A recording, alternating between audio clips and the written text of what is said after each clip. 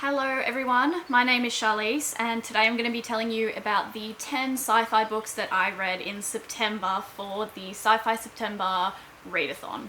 So I did a TBR video for this readathon which I will link up in the corner if you wanted to watch that, and I will also link down below the hosts of the readathon as well as the prompts. So there's like a bingo board that had all of the sort of categories of things that you could read and try and fulfill each one, but I didn't really follow along with that. I just decided I was just going to read sci-fi and that was that. So I'm not really going to like go into which book was for which prompt. I'm just going to tell you about the books that I read. So I really loved reading sci-fi only for a whole month. It was really good and it made me realize that I don't read enough sci-fi.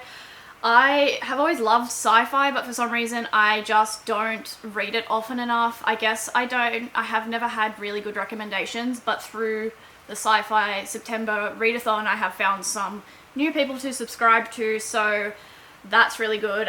If you are a channel that does sci-fi recommendations, link that down below, or if you know anyone who's got a good recommendations video, then feel free to link that in the comments below, because I am just always looking for new recommendations now. So I started off the month super strong by reading Dune for the first time by Frank Herbert. Obviously this was in preparation for the movie, which is coming out very, very soon, so I'm very excited for that. I gave this one a 4 stars. I found it very dense and hard to follow, especially since I listened to it in audiobook format. It might have been better if I read it physically, but I really was able to like appreciate it for, I guess, like being one of the books that started it all. There are just so many characters in this book and so many different like groups of people and just so many names of things, and it is so hard to keep on top of. I think if you want to read this book, I would read the physical book and have like a glossary with you. That would be very helpful. Next, I read More Than This by Patrick Ness, and this was a reread for me. I read this book many years ago now, probably like 5 or 6 years ago, and I loved it so much at the time. Patrick Ness is one of my favorite authors, and at the time that I read it, I gave it 5 stars, and so I was curious to see whether it still held up to the 5 stars, and unfortunately it didn't. I dropped it down to a 4 stars, but I did still really enjoy this. I think it's just that like I'm older now, and I guess my experiences have changed, and that has affected my enjoyment of young adult predominantly. So every time I reread one of my favorites that's young adult, I'm very nervous that I'm not going to like it as much. But I still really, really liked this and would recommend it. So this one, it's better to go into this not knowing much at all. So basically, all I'll tell you is that the book starts off in the first page with the main character drowning. The first line of the book is literally, "Here is the boy drowning." And he dies, and then he wakes up in like somewhere where he used to live, but there's no one there. And that's kind of all you need to know to go into this one. So it's it really deals with some interesting ideas, and I just remember it being a lot more creepy than it ended up being when I reread it. But yes, again, I still really enjoyed it, and if you enjoy YA, then I would recommend this one. I know it doesn't sound sci-fi, but I won't tell you about the sci-fi element, it's because it's a spoiler. The next book that I read was To Be Taught If Fortunate by Becky Chambers, and this was amazing. I gave this a 5 stars. This was like super quick to get through. Obviously it's really short, it's just a novella, and this is basically a love letter to space exploration. So it follows a crew on board an aircraft. We're in space, bitch. We're not in an aircraft. We're in a fucking spaceship. So my notes for this one say fucking amazing. Literally the tits. So basically this is set in the somewhat near future where Earth is starting to become uninhabitable. There are still people living on Earth, and a group of people are sent on a one-way trip out into space, basically to explore planets that could possibly support human life. But the interesting thing about this book is that instead of terraforming other planets, which seems to be the thing that most of the time happens in these kinds of plots where they're trying to find a new planet to inhabit, so instead of changing the planet to suit humans, they change themselves to suit the planet. And so it just deals with really important and interesting ethical and moral questions to do with space exploration, and basically like the ethics of intruding upon a planet and stuffing around with their ecosystem when we've stuffed around with our own ecosystem and ruined it, basically. So it's really beautiful, and it's just so, it's adorable, and the characters, there's so much diversity. Becky Chambers books always have so much diversity in them, so if you are a fan of Becky Chambers already and you're not sure whether to read this, definitely read this. If you're not sure whether you would enjoy Becky Chambers, this is a good one to try, because it is so short. And if you like this, then you will probably like her other books. I just love her dialogue. Becky Chambers is definitely one of my favorite authors now. The next book I read was another 5 stars and a new favorite, and that is The Humans by Matt Haig. I don't have my copy here because my friend is borrowing it, but this was just absurd. It was hilarious and just ridiculous, and just like, it's really funny, but then it also gets serious towards the end. So basically this book is about an alien. It's about an alien who goes undercover as a human on Earth. So humans don't know that aliens exist. Basically, there's a scientist who is studying prime numbers, and one of the conundrums that science and mathematics faces is that prime numbers are a certain distance apart, but that distance isn't constant, and there seems to be some sort of pattern, but we can't work out what sort of pattern, and so we're trying to work out the pattern, basically. And this scientist has worked out the pattern, and because of that, if that answer gets out, then humanity is going to progress, and if humanity progresses, they're not ready to progress. Like, we're not ready to progress because we're fucked. We need to just chill, basically. And so these aliens that have been watching humans are like, hello, we can't let you have this information. So they send down one of their own, an alien, to be undercover as a human. So it's an alien undercover as a human, and there's a dog in the book. Do you need to know any more? Are you not sold already?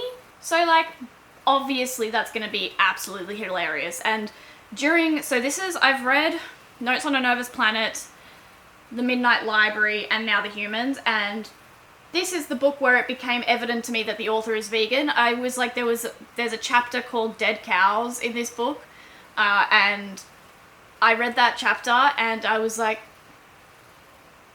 this guy's got to be a vegan. And so I looked it up, and he's a vegan. So that was just like, yes, yes, one of us, one of us. The next book that I read was Kindred by Octavia E. Butler, and this was another very easy 5-star book.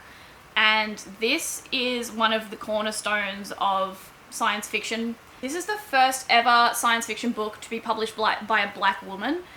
And it is it's amazing. So the plot, basically, if you haven't heard of it already, is that there is a black woman, and she randomly goes back in time, back into the time when slavery was a thing still, and then she goes back into modern time. And so I think this came out in 1976?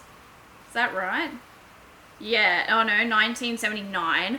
And so it's set like in the modern time is the 1970s, and then she goes back into the time when slavery was a thing, and then she keeps going back and forth between the two. And obviously it deals with racism very blatantly, and it's really amazing. It's heartbreaking, it's hard to read, but I think it's a very important read. And like, this is one that should be taught in schools for sure, and it probably is. But the next book I read was A Pale Light in the Black by KB Wages, And this one I actually found from a video that was something along the lines of like, if you enjoy Becky Chambers, read these sci-fi books. And I can't remember who it was by, but I will link it up in the corner if you want to watch that. And that was one of the books on that video, and I agree. If you like Becky Chambers, you will probably enjoy this.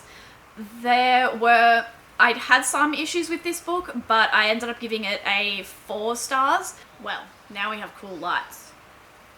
Why didn't I do this earlier? I don't know. So this one's kind of hard to explain, so I'm gonna sort of read the synopsis online. So basically we follow the Neo-G, which is the Near-Earth Orbital Guard, which is apparently inspired by the real-life mission of the US Coastal Guard. And so basically they like kind of protect planets, I guess. And there's also these games that happen every now and then. It kind of reminds me of like Quidditch in Harry Potter. So if you love a good like tournament, this is like a tournament in space. But it's not really about that. Our main character is basically like trying to find her place in the world, and her family has this massive business that she is meant to sort of go into, but she doesn't want to. She wants to join the Neo-G, and her parents basically disown her for it. And yeah, that's basically where the story takes off. I think that's all I'm going to say, because it's just like there's a lot going on. So the next book that I read was Binti by Nnedi Okorafor, and this is a novella, and it is the first book in, I think, a trilogy, and I really enjoyed this one. I gave it a 4 out of 5 stars, and this basically is about Binti, and there's this really good quote that I found that sums it up pretty well. Binti is a supreme read about a sexy, edgy Afropolitan in space. It's a wondrous combination of extraterrestrial adventure and age-old African diplomacy. And yeah, so basically in this world there is a university that is like the best university in the entire universe, and it's called the Umza University, and our main character Binti is the first one of her group of people to ever be accepted into this university. And it's basically about like cultural struggles that result from that, and it's really interesting. The next one that I read was Exit Strategy by Martha Wells, and I gave this one a 4 star as well. This is the 4th book in the Murderbot Diaries, which, if you don't know, this series is, the first 4 books are just novellas, and then the 5th book, which I haven't read yet, is a full-length novel. And it follows a artificial intelligence robot who is created by humans to basically be a security guard for humans, and the robot hacks its own artificial intelligence system and becomes a free agent, but then like pretends to not be a free agent for a while, and then kind of just goes whack. It's called the Murderbot Diaries. So yeah, so this one was probably my favourite one so far. It was a really strong setup for the next one, which is the full-length book, so I'm very keen to get onto that one. The last book that I read in September was Axiom's End by Lindsay Ellis, and I had such high expectations for this book, and it was such a disappointment. I ended up giving it a 3 stars. The first like half of the book was probably like a 4 or 4.5 stars, but then the second half just like completely went to shit. It just got really cringe. So basically this is a first contact story about Cora, who makes first contact with an alien named Ampersand, and it's about basically the government has been covering up the fact that they know that aliens exist for however long, and the main character's dad is a whistleblower who basically gets this information out, and then the whistleblower's daughter, who's the main character, makes first contact with the alien. I just didn't find the interaction between Cora and Ampersand the alien to be believable at all. I just didn't know what the author wanted us to think about their interactions, and it kind of went weird, like cringe Twilight towards the end. It was weird, and yeah, I can't really explain why because it'll be a spoiler, but the author also overuses a few phrases that really annoyed me. One of them was "at length," which I don't know why the author just put this everywhere. It just seems like it didn't fit a lot of the time where she put put it. Like, it would just be like, they said goodbye at length, and it was just so unnecessary. And another one was lizard brain, and it was like, my lizard brain's activated, my lizard brain's telling me this, my lizard brain's telling me no, but my body's telling me yes. There were some really interesting characters in this that I really wanted to be explored more, and I know that there's a sequel, but I really can't be bothered.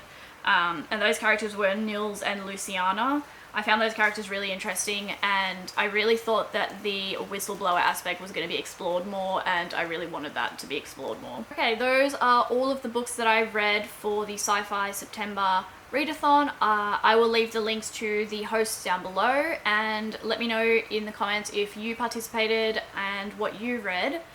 Okay, thank you for watching. I'll see you in my next video. Bye. I don't know how to end videos. See ya, bitch! Yeah, it's just like, honestly don't know how to end. How do people end videos? See ya, bitch! Just say it. Bye, bitches! See ya, bitches! I've never filmed a video in front of anyone though. Oh my gosh, Charlize. Really? I've seen you literally shit. Fuck. Can I put that in the video? It looks so good. I just make myself cringe into the next dimension, Aiden. Oh, Charlize. Don't be such a pussy! Go out and get it! What kind of film and television rating is Charlie rating YouTube? What do you mean? Oh, like, I don't know. I haven't decided yet. Haven't decided? I said tits before. Oh shit. That's at least PG. Yeah, I reckon we're gonna go like MA. MA? Yeah. MA is pretty... Maybe even R18 plus. Whoa. Aiden, I'm so bad at like doing synopsises for books. Synopses. It takes me like 100 tries. So don't judge me.